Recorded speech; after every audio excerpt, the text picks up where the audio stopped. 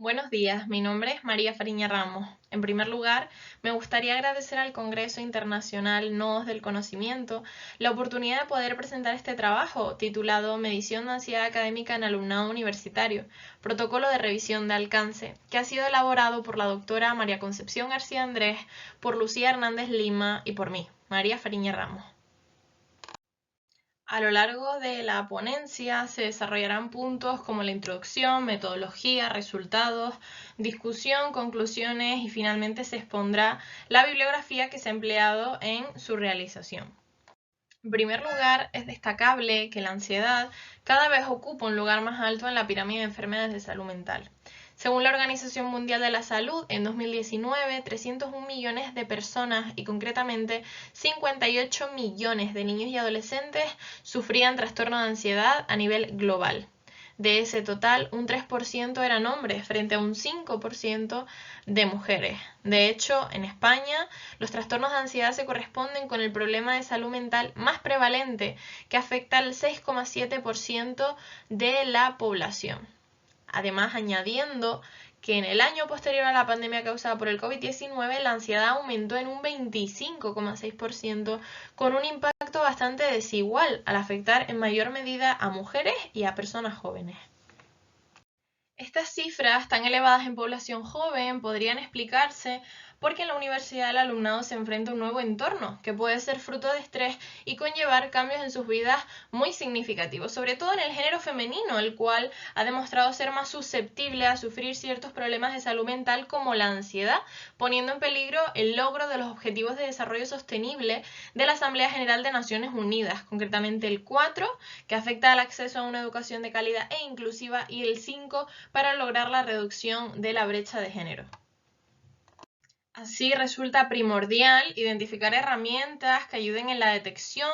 y prevención de estos estados y rasgos ansiosos en el contexto universitario, y una de las formas más precisas para hacerlos es a través de cuestionarios validados clinimétricamente, es decir, que miden aquello que quieren medir. Por ello, el objetivo general de esta revisión ha sido identificar cuestionarios validados para la medición de ansiedad académica en estudiantes universitarios, además de distinguir qué características tiene cada cuestionario, los parámetros que mide y su fiabilidad, identificar la prevalencia y factores relacionados de la ansiedad en este contexto, conocer el impacto que la ansiedad provoca sobre el alumnado, reconocer si existen estudios que muestren perspectiva de género en la ansiedad académica e identificar y analizar brechas de conocimiento respecto a este tema.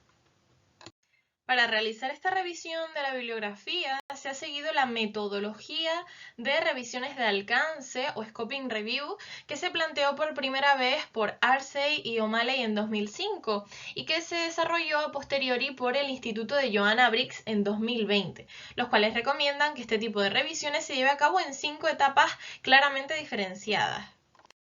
En la primera fase de establecimiento de la pregunta de investigación, se ha utilizado el modelo recomendado PCC, de población, concepto, contexto, donde la población ha sido el alumno universitario, el concepto, la ansiedad académica, y el contexto, el ámbito universitario, a partir del cual se ha podido desarrollar la pregunta de investigación.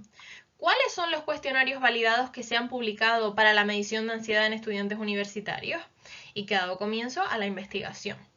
En esta segunda fase se ha llevado a cabo la identificación de estudios relevantes a partir de la búsqueda en 4 bases de datos, en este caso LILACS, Sinalcomplete, Cielo y PubMed, mediante estrategias de búsqueda elaboradas a partir de la combinación de descriptores en ciencias de la salud o DEX, Medical Subject Headings o MESH, palabras naturales y los operadores booleanos AND, OR y NOT. Una vez realizadas las búsquedas en estas bases de datos con estas estrategias, para poder proceder a la elección de estudios de la fase 3, se ha analizado cada artículo en función de los criterios de inclusión y exclusión, donde se incluirían aquellas publicaciones que cumpliesen expresamente el PCC, los artículos cuya fecha de publicación haya sido comprendida entre 2020 y 2022, que hayan sido divulgados en castellano, inglés o portugués y que se tenga acceso a su texto completo de forma gratuita. Además, en este proceso de selección se realizará un primer cribado por lectura de título y resumen, eliminando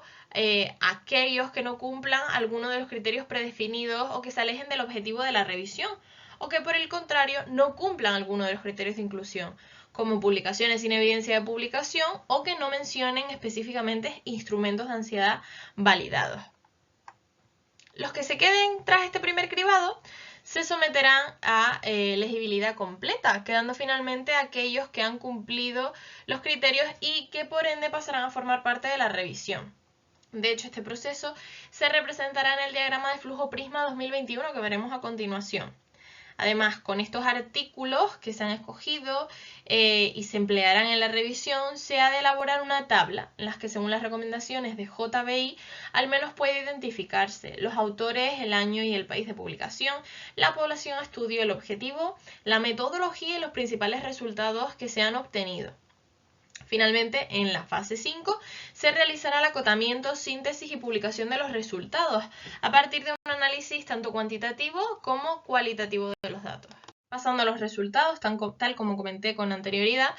en pantalla puede observarse el diagrama de flujo Prisma 2021, en el cual se expresan que 102 artículos fueron identificados en las diferentes bases de datos,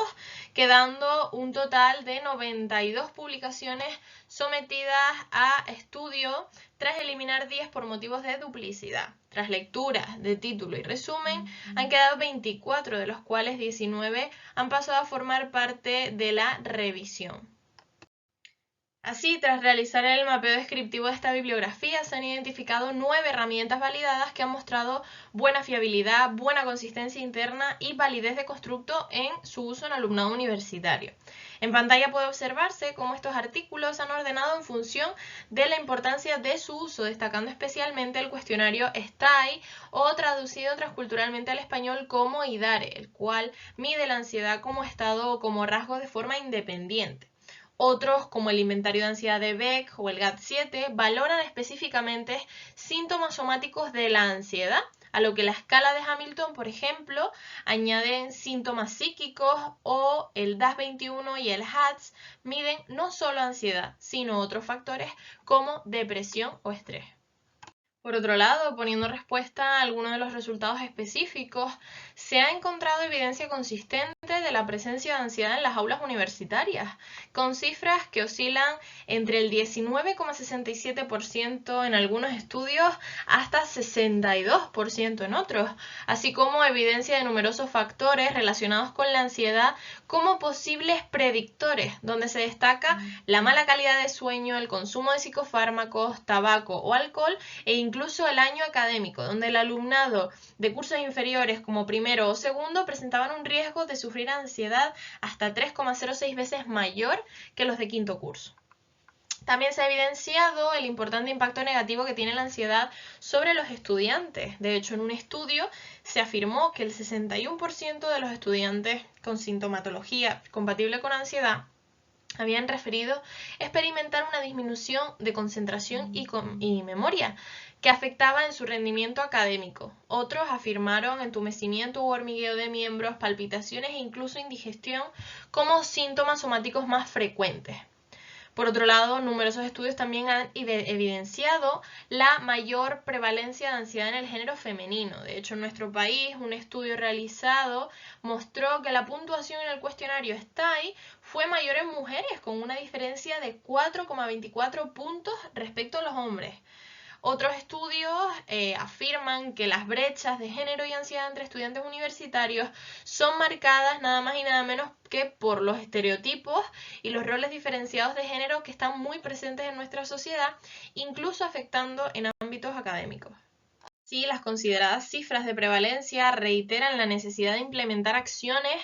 para la detección y actuación precoz frente a trastornos de ansiedad en alumnado universitario, tal como también exponen revisiones bibliográficas llevadas a cabo con anterioridad. Por ello, la evidencia que se ha sintetizado en esta revisión